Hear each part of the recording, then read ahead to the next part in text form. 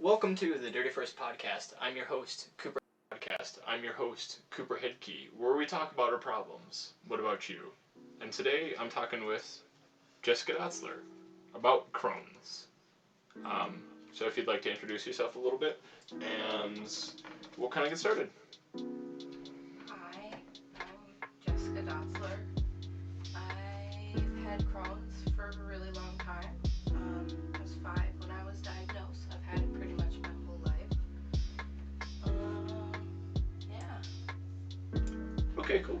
I'm also your girlfriend. So. Yeah, that too, obviously. For the sake of an interview, it'll be an interview. So.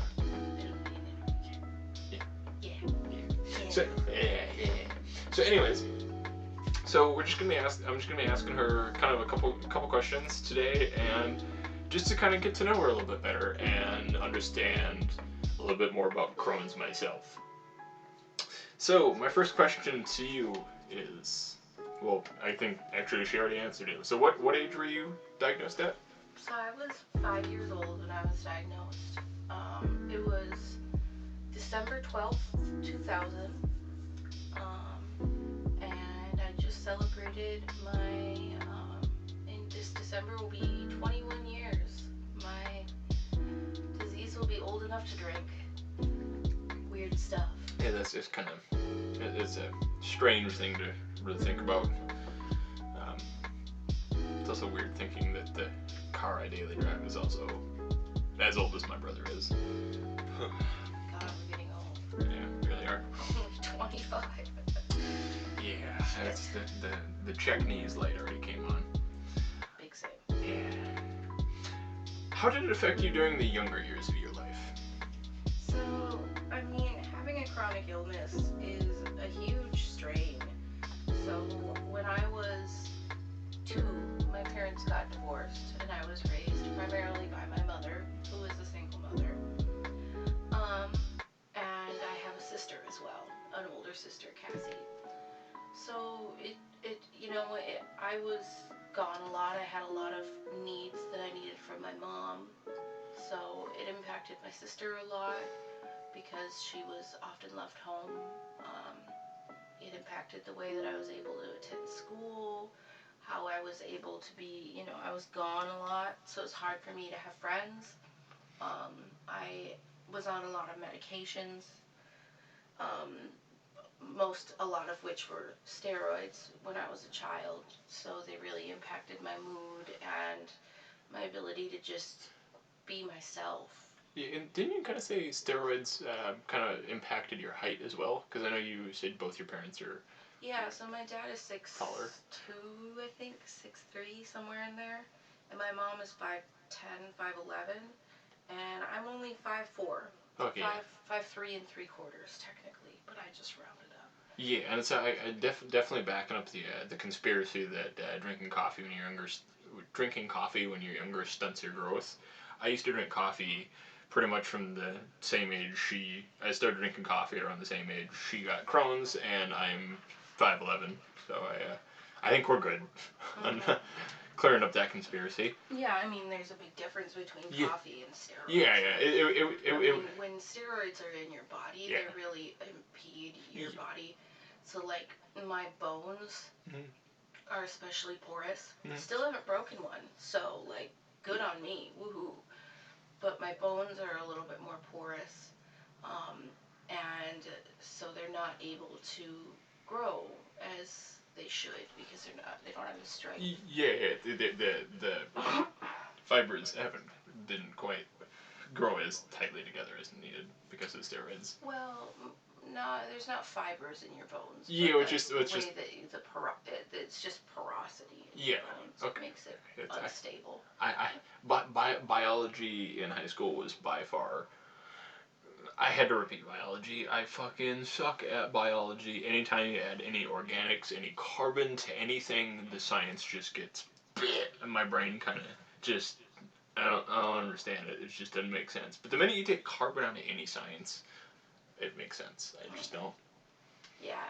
And I mean, another huge part that impacted my growth was my body was under constant stress, and I was anemic. And when you're anemic, you're running low on your cells and your white blood and your red blood cells.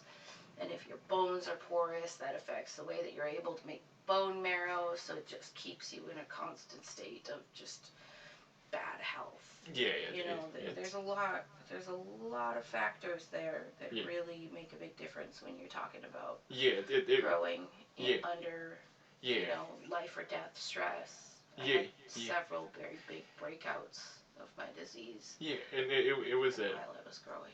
Yeah. The coffee rumor was more as a I had this growing up. My grandmother always said, well, it wasn't even really my grandmother. My grandmother's the one that introduced me to coffee, but it was always some joke, and I don't even know if it's still a thing anymore. But growing up was always told that just like you drink coffee, you're gonna get short when you grow. You're not gonna grow as tall because you're drinking coffee.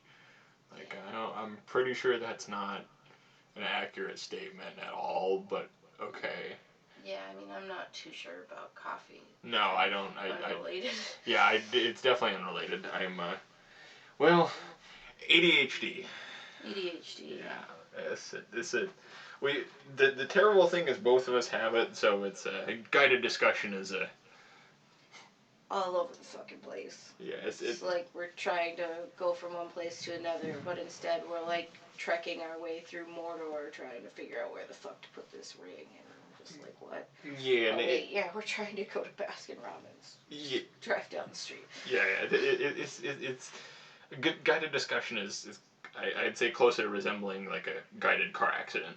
Like it's just gonna end up in a wreck, but how we get there. I mean, as long as it looks good, right? Yeah, as long as it's the journey is half the battle. Yeah. So, well, I think I got my next question for you is, do you have a support structure involving Crohn's? And if so, who are they? And I'm presuming you do because it's a very serious health. You have to. And that's a big reason why I've never really felt confident to move away from my hometown. I've lived here my whole life because you have to have a support system. My mom is a huge source of my support. My friends help me a lot. I don't have a ton of family over here, but I do have some. And, it's just really important to make sure that you have people that you can rely on, because I can be here and happy and fine one day, and next week I could be, fighting for my life down in the cities in the hospital, or, it's a little dramatic to say fighting for my life, but it can get that serious. A lot of times a big factor in Crohn's, especially for me, because I'm a very complex case. I have a lot of extenuating health circumstances and things that are all over the place, so a lot of times you just have to drop and run. I go down to the cities for all of my doctoring because there's just not the support that I have up here in means of the hospital, and it's just way out of their realm of possibilities. You have to have your friends and family as a support system, but you also have to have a huge network of health providers. I have my primary doc here in the Falls, and I know all of the ER docs. And, when I walk in the door, they already know kind of usually what's going on, and, having to have them know what to do when they need to send me somewhere, because for normal people, if you need to be sent out of the hospital ambulance somewhere else, they just go to wherever's closest, which could be Bemidji or Grand Rapids, maybe sometimes Virginia, mostly Duluth. But Duluth isn't where my doctors are, so they always have to bring me further along and send me all the way to Minneapolis, which sometimes requires, extra staff on board because it's a long journey. So there's a lot of different support systems that you have to have in place when you're a chronically ill person. A lot of things, who's going to take care of my cats when I leave, who's going to water my plants, make sure my house doesn't burn to the ground, and, who's going to take care of my job. My boss really has to know the the scope of my illness and know that, okay, I feel like I'm starting to get sick. This might turn into something bad.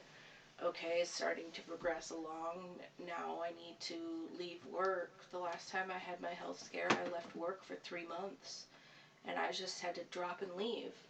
And that's just what having a health problem is. So there's a lot of different support systems that you have to have. Yeah, it's definitely really, it's important to have a support network, especially if you're chronically ill or have chronic pain.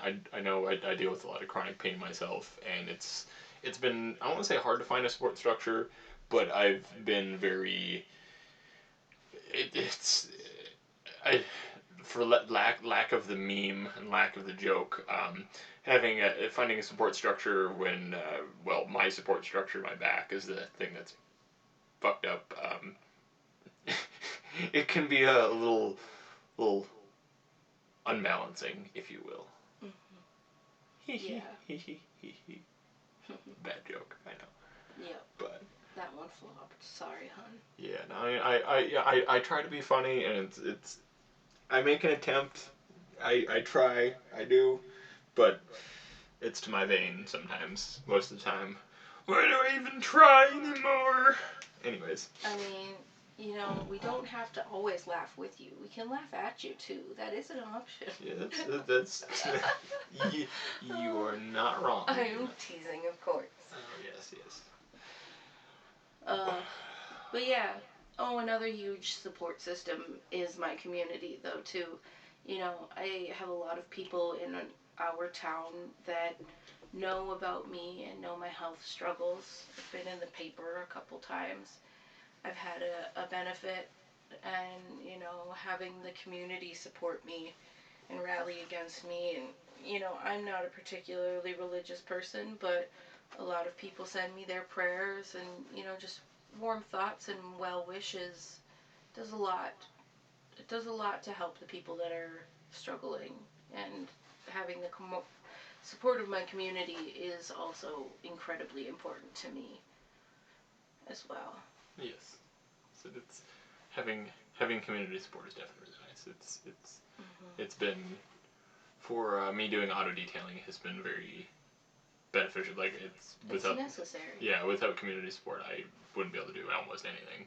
No, and I wouldn't be as surviving as well as I am if I didn't have the people behind me rallying, because putting those good thoughts into the universe, making sure that you're thinking about the people who are suffering around you, and lifting them up in your thoughts and keeping them on your mind and actively wishing for them to get better.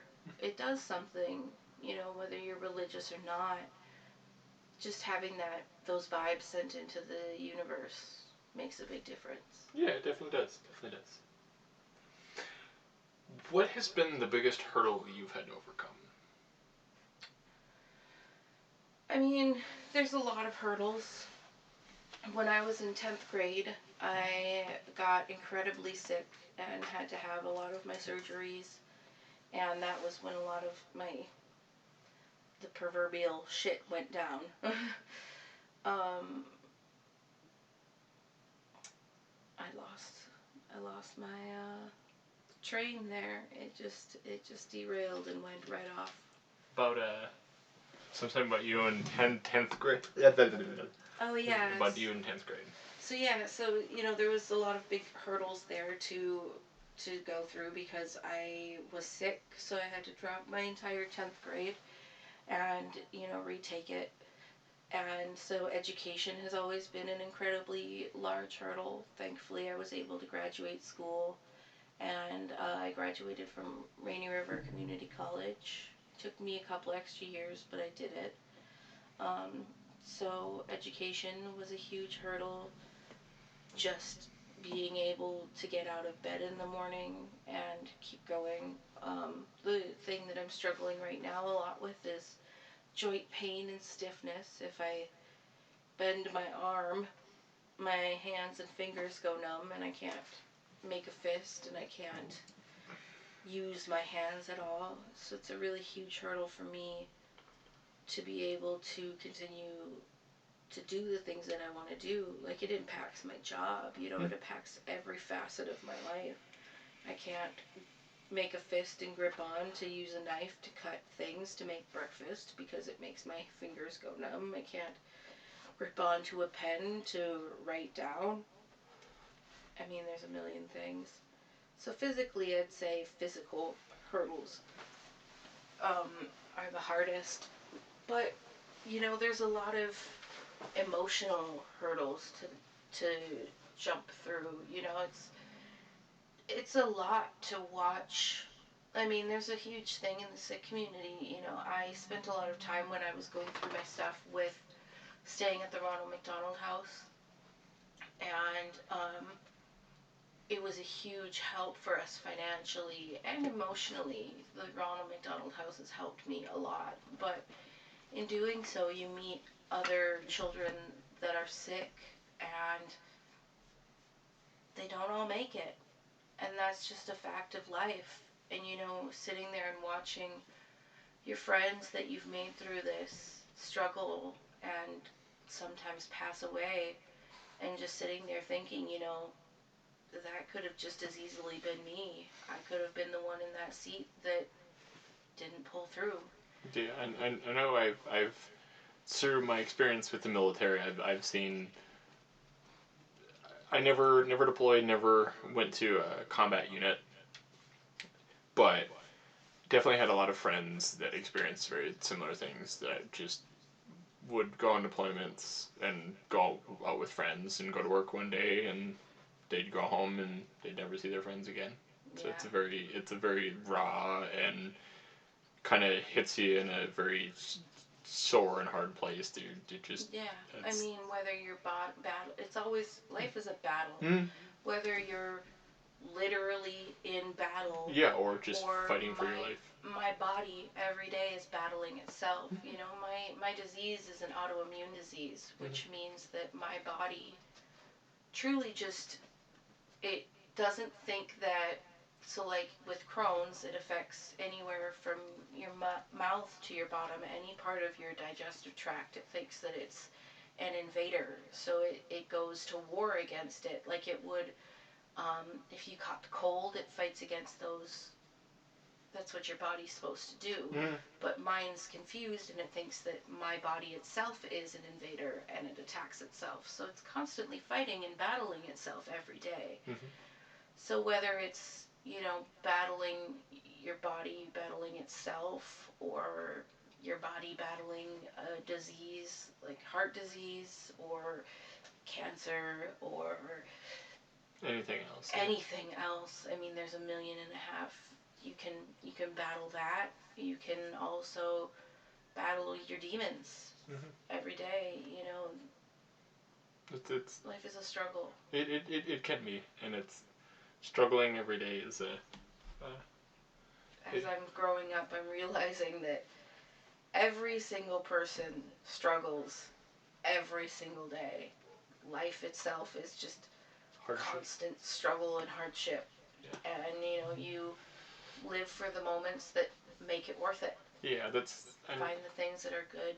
Yeah, and reading in with Buddhism and stuff like that, from what I've read into it, that seems to be a very common teaching with teaching about life and death, that you kind of have to, that every moment and just being alive, being a human as a whole is suffering. We will constantly suffer, and just existence is suffering.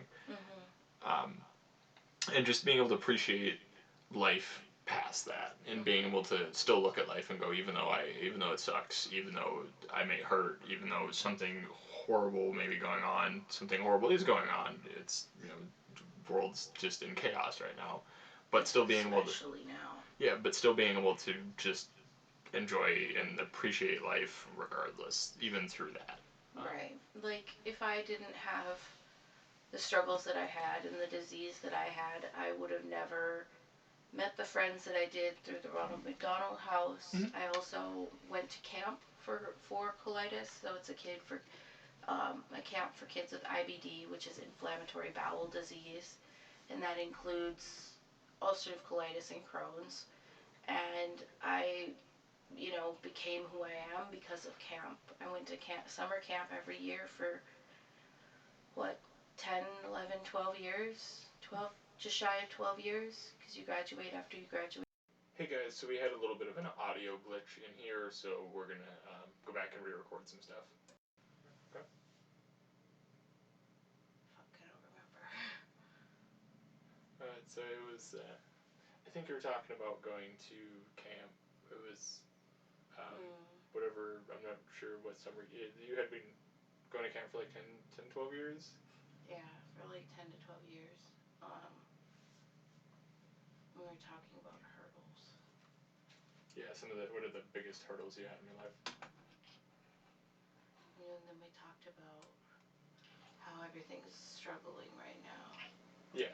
But finding the people that make it worth it. I mean, that's not a bad place to end. I mean, there was just more I wanted to talk about camp. Yeah, and that's it's recording right now. Did you get that burp too? Is that good? It's recording. Beautiful. Right now. Oh, we definitely can't tell someone just woke up from a nap. Yeah. So, yeah, it's been like what? It's now 6, almost 7. No, it is 7 now. Oh, geez, 7 o'clock. So it's been like what? 3 hours later. Yes. Several hours later. Oh. If that's not copyrighted, you should put that in there. Yeet.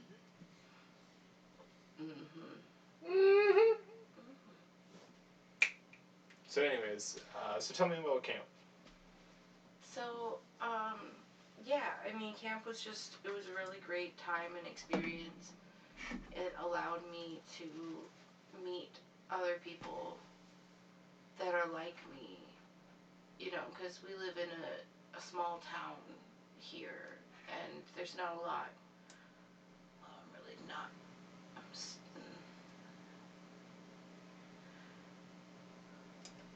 Not a lot of community. So camp was great. It helped a lot, but the biggest thing it did was it gave me, some sense of community and purpose, kind of going back into the sense of community and needing those support systems. Camp was actually one of the huge support systems because we live in a small community where we're at, and there's not anyone like me. There's a couple now that have been diagnosed, but I was diagnosed when I was a young child, which is very abnormal. The typical onset for Crohn's is mid to later teens, early mid-late teens in there. Yeah, of course, there's people that are diagnosed at every age, every day, but for the most part, it's not very typical to be quite as young as I was. Yeah. I don't really remember.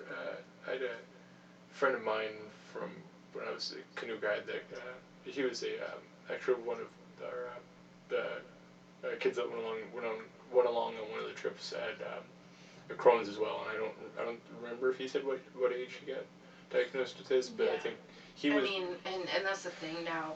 Back when I was diagnosed, it was 2000. Yeah. Methotrexate and Remicade had just come out. I suppose methotrexate was back in the 80s, but one of the main primary medicines used to treat it, called Remicade, only came out in the 90s. Yeah. So back then, my options were so limited, and we were not anywhere near where we are today, 21 years later. And there's been a huge surge. When I was diagnosed, it was 1 in every 1,000 or so, and the last I checked, quite a few years ago, it was 1 in every 200. It may have went up since then. Our food additives and just 1.5 million other factors have changed our digestive tracts so much that it's causing a lot of issues. We're seeing a huge surge in autoimmune type diseases. Yeah. Don't quote me on it because I don't know for sure, but yeah, I mean I've definitely noticed as something I can kind of relate to seeing when I was just as with a food allergy thing, when I was a camp counselor, it seemed like we had a lot of kids, and I was even, what, 2013, there was a lot of kids with like peanut allergies, gluten allergies. I'm like, I have never seen this many allergies. Just the health of our nation as a Yeah. whole is just gone drastically down. It's just terrible. You know, we have to sit and think more about what we're putting into our bodies. And I feel like the latest trends really have shown that we as a generation, you know, we're more health conscious. We're not going to eat this processed bullshit. We're not going to be putting all of these crazy colors and toxic shit into ourselves. And, you know, we're going to look at what kind of nutrition we get from our food and make sure that we're eating well, because if you're not eating well, the rest of your body just cannot function right. It just can't. Yeah, it's like humans are like, we're like our own machines, and like if you don't put good gas in the car, it's gonna run like shit. Yeah, car ain't gonna run right. It's gonna break down. Things are gonna go bad. So, yeah. But what I was getting at was, you know, camp was really a huge support system for me, and the hurdles that I faced when I was going through my disease, you know, when you've got someone running right next to you and holding your hand, it's a hell of a lot easier to run a marathon. Oh yeah, 100%. 100%. So, now I'm gonna move on to another couple questions, and then I think we'll wrap it up here. How has Crohn's affected your working life? Oh, drastically. So, you know, first off, I was sick incredibly, like, fighting for my life sick when I was like 15, just turned 16. I spent my 16th birthday in the hospital, in the ICU, I believe. It was not a good time. So, you know, I had a lot of stuff that was going on with my health, so I wasn't able to have the getting a summer job experience, being a teenager and having a job. You know, that just wasn't feasible for me. I could barely keep up with my schoolwork and, you know, just surviving. Yeah. So, you know, that really impaired me when I was finally able to get into working and the working world. I do feel like I was incredibly blessed, and I was offered my first job with Mary Casanova as her assistant, and, you know, that was an incredible opportunity for me to just, you know, experience. I wish that I would have had a lot more, you know, just basic maturity and, you know, the things that you learn in your teens, how to have a work ethic and, you know, how to be in a professional setting was kind of tossed in, and I'm grateful for the opportunity, but I wish that I would have been able to harness it more than I did. And from there, then I was offered an opportunity into insurance, which I still do now, almost 6 years later. And, you know, it's great. I love the career path that I've gotten. It's given me a chance to succeed with not needing to, you know, go to a four-year university, get my bachelor's, my master's, to be able to afford to live the lifestyle that I, you know, not even afford to live the lifestyle that I choose, just be able to afford to live, period. Because that's a huge thing that a lot of people our age face. It's just economic instability. Yeah, being able to just pay the rent. Yeah, basically. Absolutely. Yeah. So, yeah, I am now in a professional setting at a desk job, which is manageable for my disease because, you know, I'm not putting a lot of excess stress on my body because physically I just can't do any sort of physically demanding job like something that would be in my same pool would be, you know, waitressing, bartending, these things. My body can't handle it. I just can't have that much extra stress on my body. So being able to have a desk job that provides me adequate income is amazing, but you know, it comes with its drawbacks too, because like I was saying earlier, at any second I have to drop the ball and be gone so that my body can get taken care of. And you know, stress is a huge trigger for my disease. So if I'm mentally or physically stressed in any way, shape, and form, you know, my disease can come out at any second, and it's dangerous. So making sure that I manage my day-to-day stress as best I can, you know, is really important. Um, I'm very lucky that I have the boss that I have that takes care of me. His daughter also struggles with IBD type problems. I don't remember exactly.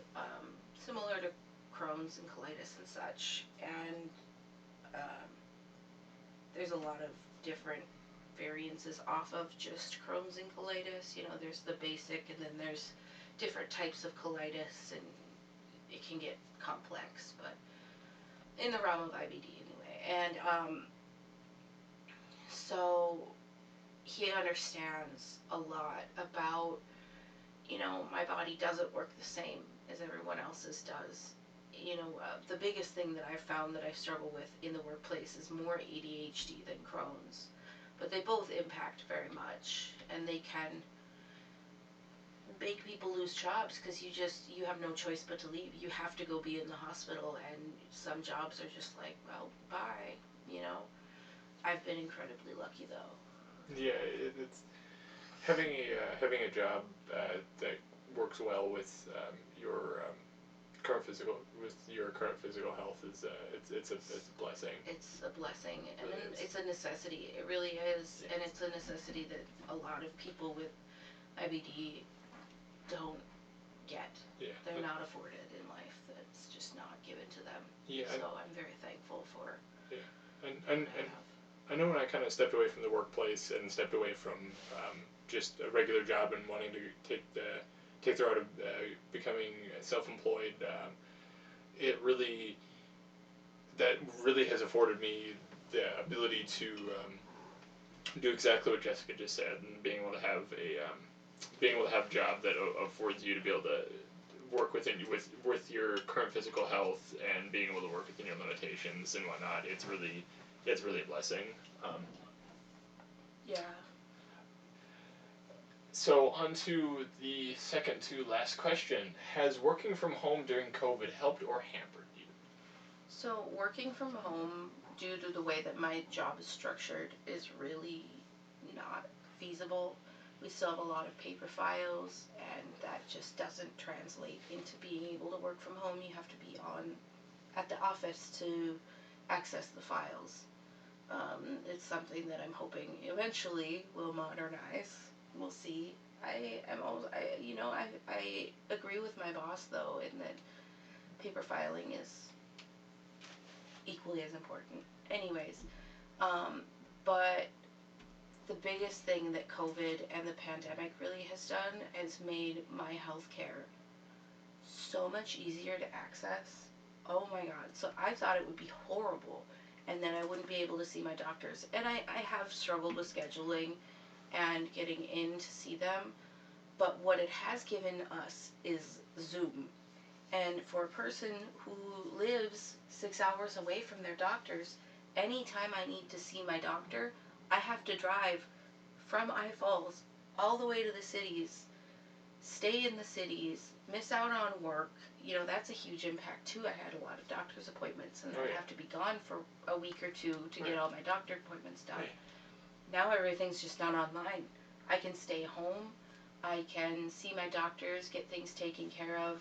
They've really worked out their system on outside labs and such, so I can just go to my local lab and they can, you know, do whatever it is that they need to do, collect the specimen of whatever, run some tests, or be able to courier it, something like that. Anyways, bring it there for them to have.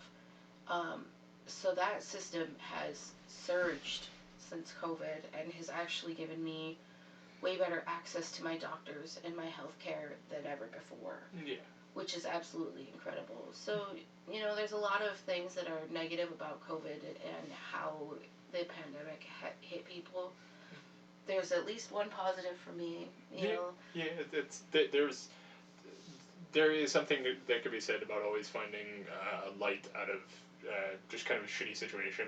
Absolutely. Another thing it really helped me with was while the pandemic went on, I started out the pandemic in, now it'll be, a year ago?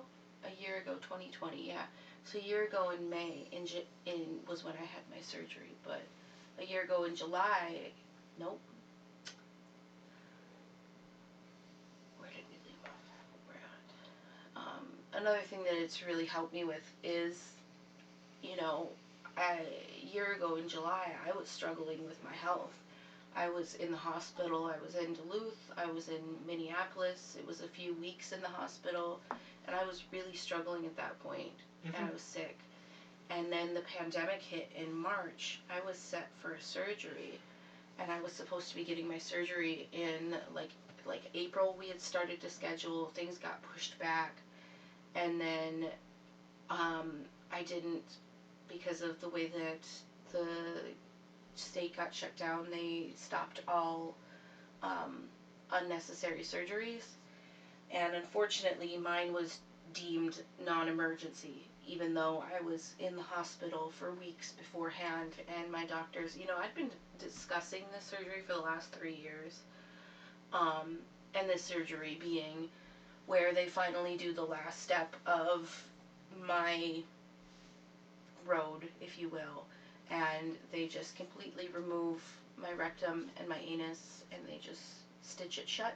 So I lose my butthole. I don't have one anymore, and I have a permanent ostomy. And so, I had an ostomy for a while, but I was struggling, and I needed to get the surgery done. And my friend actually had told me she had a friend who was doing the exact same thing as me, sitting and waiting for this quote, air quote, non-emergency surgery, and she passed away.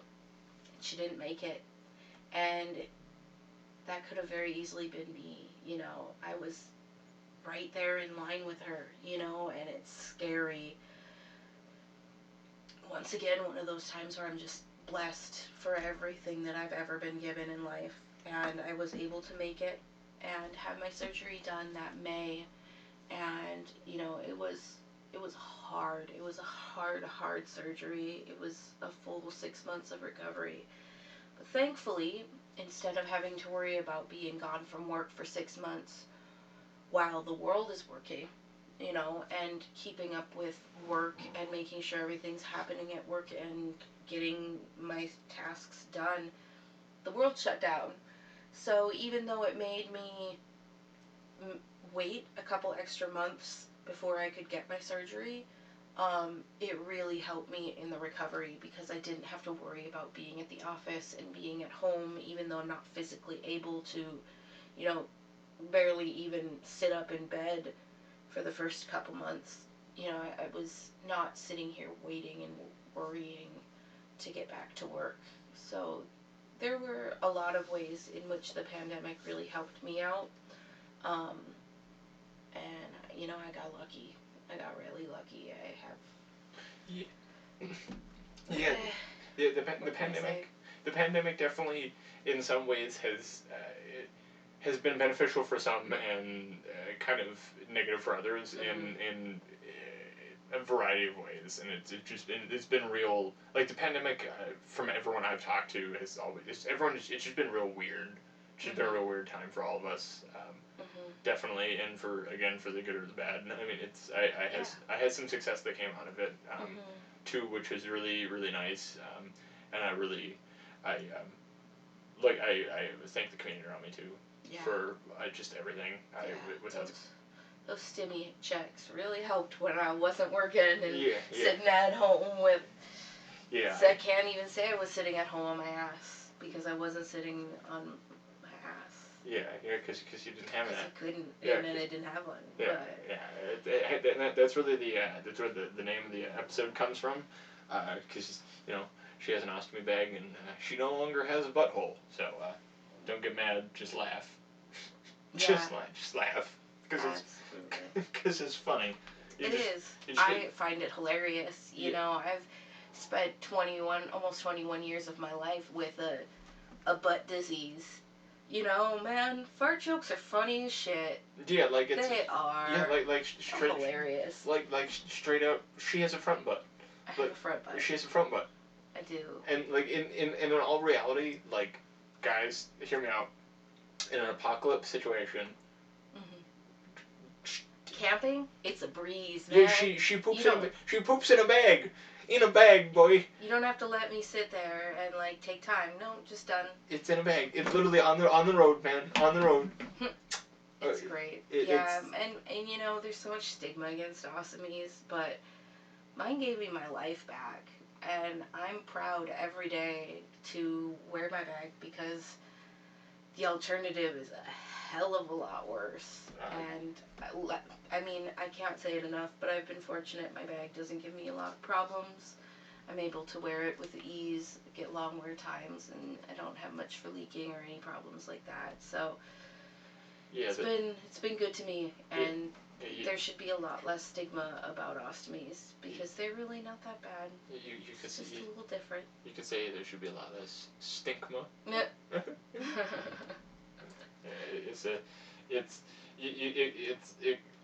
To be honest, a leaking bag sounds like it could lead to a stinky situation. Yeah, I mean it can. Of course it can. It's the nature of what it is. Yeah, but it's a human function, and like for her and ladies and germs, it's gotta love it or like it. You gotta live with it forever. Everyone poops. Yep. Everyone poops. Yeah, man. Like imagine having like babies with ostomies. Like they don't even get to poop in a diaper. Yeah, I know, but like not having to poop. That's a sore subject. I know. That's a really tender subject, and we should maybe not put that on the. Yeah. We'll cut that part out. Yeah, actually, we'll cut that part out because that's trauma. Yeah, that's hey, I tend to like wander. I'm a very philosophical man, so I tend to let my mind wander a little bit here and there. And I get it. You know, it could be funny. It could be the butt of a joke, but I mean, there's a joke right there. But people with ostomies, we're hurt. You know, we've had so much. Any public attention that we've gotten on ostomies has been, because it's stinky, or oh, it's gross, or it's nasty, or it's and it's like. I'm fond of a good butt joke and poop joke, fart joke every day, but the fact of the matter is ostomies are not that bad. They're not that gross. They're not anything to be ashamed of. It's just it is a bag of poop, ladies and gentlemen. It is a bag of poop. Like and it is. But more so, it's a new life. It's a new opportunity. It gave me my life back. I timed it for my doctors. I spent almost 18 hours a day in the bathroom. This is, depriving me of sleep. This is depriving me of basic human functions. I mean, I was eating in the hospital, in the bathroom, because I had no other time, because I was spending all of my life in the bathroom constantly. And when I wasn't in the bathroom, I was miserable. I was in pain. I was just really, really struggling. And with my ostomy, I can go and live life. I mean, yesterday we went kayaking. I hadn't been kayaking before in years because it wasn't close to a bathroom. And if it wasn't close to a bathroom, I couldn't do it. I couldn't go. I had struggles going to the state fair and going and doing any sort of fun activity. I was in 4-H and I struggled because it's like you are tied, ball and chain tied to a bathroom when you have Crohn's and you have colitis. And to be able to have an option, of course, you're still tied to the bathroom. You're always going to be, but to not have to spend your entire life in one, you know, 7 by 7 room, small ass bathroom, just miserable, sleeping in the tub, man, it's the pits. And I don't have any of that now.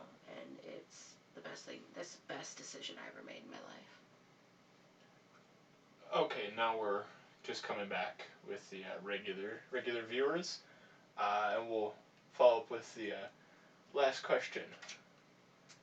Do you find enjoyment or fulfillment from your current career paths?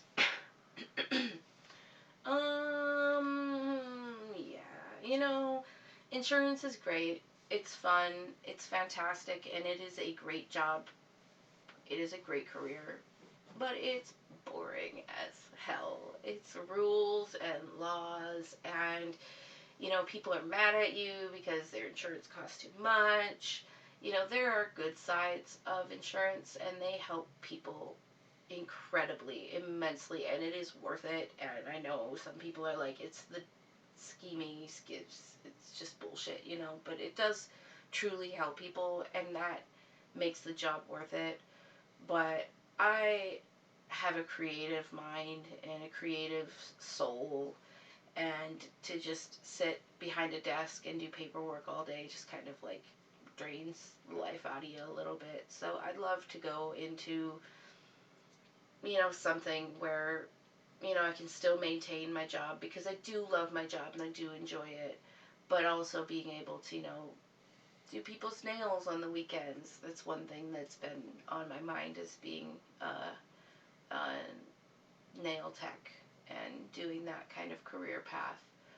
Right now, with the way everything is locked down with the pandemics and schools closing, it's not feasible, but I hope one day eventually it is, so that I can explore my creative brain and let my stuff kind of roam free a little bit and express myself. Yeah, definitely have. It's I've noticed you really enjoy having it as not necessarily just a hobby, but it looks like something you really would enjoy doing furthermore as a career. Yeah, I love nails, and I do enjoy it as a hobby. I constantly want to do it, but I can't, because I do gel polish, and then I'll just sit there and peel the polish off and like ruin my nails, and it's bad time. So I need to find the time to be able to go and do my friends' nails and get creative and crafty. And right now it's not a great time. There's a lot of stuff going on in our office, so I'm not able to. But eventually, hopefully, one day, my life will lead me down that path. We'll just have to wait and see until then. It's about all you can do. So yeah, we're about wraps up here with the podcast for today. Thank you so much, Jessica, for My pleasure. kind of stopping in for the podcast. And, stopping in. It's my house. yeah, hey man, come on! Don't be sharing no public information like that. That's sus, man. What's going on, man? All right, anyway, guys. So I think we're gonna wrap it up here. Thank you guys so much for listening. Thank you guys for listening to the Dirty First podcast. Please give this video a like, and don't forget to subscribe. It really helps out the channel a lot. And don't forget to click the bell for notifications, so you know when I post again. We'll also have some unedited content coming up here soon for podcasts, so we'll have a link tree posted in the description, and along with all the other future videos. So thank you guys so much for staying tuned, and see you on the next one.